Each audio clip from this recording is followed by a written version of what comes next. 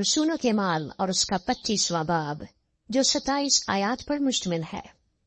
बस फिस्तुस सूबे में दाखिल होकर 3 रोज के बाद कैसरिया से यरूशलेम को गया, और सरदार काहिनों और यहूदियों के रईसों ने उसके हाँ पौलुस के खिलाफ फरियाद की और उसकी मुखालफत में ये रियायत चाहिए कि वो उसे यरूशलेम में बुला भेजे, और घात में थे कि उसे राह में मार डालें।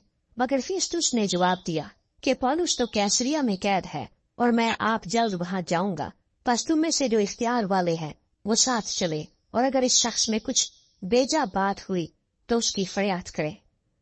वो उनमें 8-10 दिन रहकर कैसरिया को गया और दूसरे दिन तख्ते अदालत पर बैठकर पौलुस के लाने का हुक्म दिया।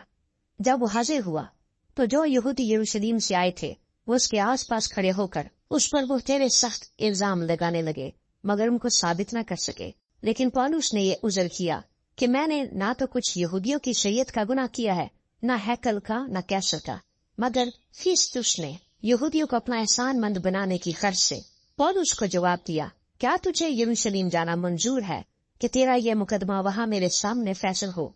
पौलुस ने कहा, मैं कैसर के तख्ते अदालत के सामने खड़ा हूँ, मेरा मुकदमा यही फैसल होना चाहिए। यहूदियों का मैंने कुछ कसूर नहीं किया, चुनाचे तू भी खूब जानता है अगर बदकार हूँ या मैंने कत्ल के लायक कोई काम किया है तो मुझे मरने से इनकार नहीं। लेकिन जिन बातों का वो मुझ पर इल्जाम लगाते हैं, अगर उनकी कुछ असर नहीं तो उनकी रियायत से कोई मुझको उनके हवाले नहीं कर सकता। मैं कैसर के यहाँ अपील करता हूँ।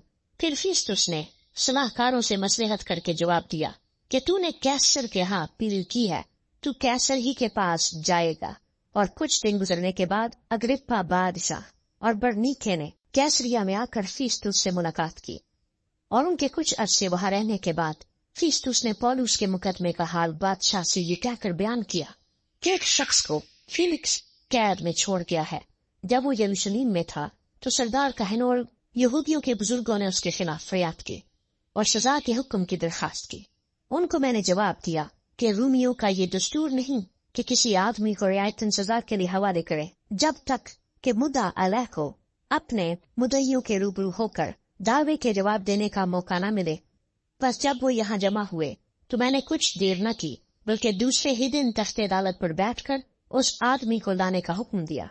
मगर जब उसके मुद्दई खड़े हुए तो जिन बुराइयों का मुझे गुमान था उनमें से उन्होंने किसी का इल्जाम उस पर न लगाया, बल्कि अपने दीन और किसी शख्स यीशु की बाबत उससे बहस करते थे जो मर गया था और पौलुस उसको जिंदा बताता है।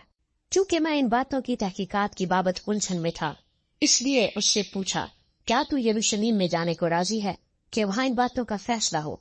मगर जब पौलुस ने अपील की कि मेरा मुकदमा शहनशाह की अदालत में फैसल हो, तो मैंने हुक्म दिया कि जब तक उसे कैसर के पास न भेजूं वो कैद रहे।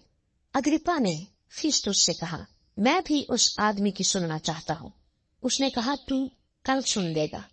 बस दूसरे दिन जब अग्रिप्पा और बरनीके बड़े शान और शौकत से पलटन के सरदारों और शहर के रईसों के साथ दीवान खाने में दाखिल हुए तो फिस्तुस के हुक्म से पौलुस हाजिर किया गया। फिर फिस्तुस ने कहा, ए अग्रिप्पा बादशाह और ए सब हाजिरीन, तुम इस शख्स को जानते हो जिसकी बाबत यहूदियों की सारी गिरोह ने यरूशलेम में और यहाँ भी चिल्ला चिल्ला कर मुझसे अर्ज की कि इसका आगे को जीता रहना मुनासिब नहीं। लेकिन मुझे मालूम हुआ कि उसने कत्ल के लायक कुछ नहीं किया, और जब उसने खुद शहनशाह के यहाँ अपील की तो मैंने उसको भेजने की तजवीज की। उसकी निस्बत मुझे कोई ठीक बात मालूम नहीं कि सरकारे आली को लिखूं। इस वास्ते मैंने उसको तुम्हारे आगे और खास कर ए अग्रिप्पा बादशाह तेरे हजूर हाजिर किया है, ताकि तहकीकात के बाद लिखने के काबिल कोई बात निकले। क्योंकि कैदी के भेजते वक्त उन इल्जामों को जो उस पर लगाए गए हों जाहिर न करना मुझे खिलाफ अक्ल मालूम होता है।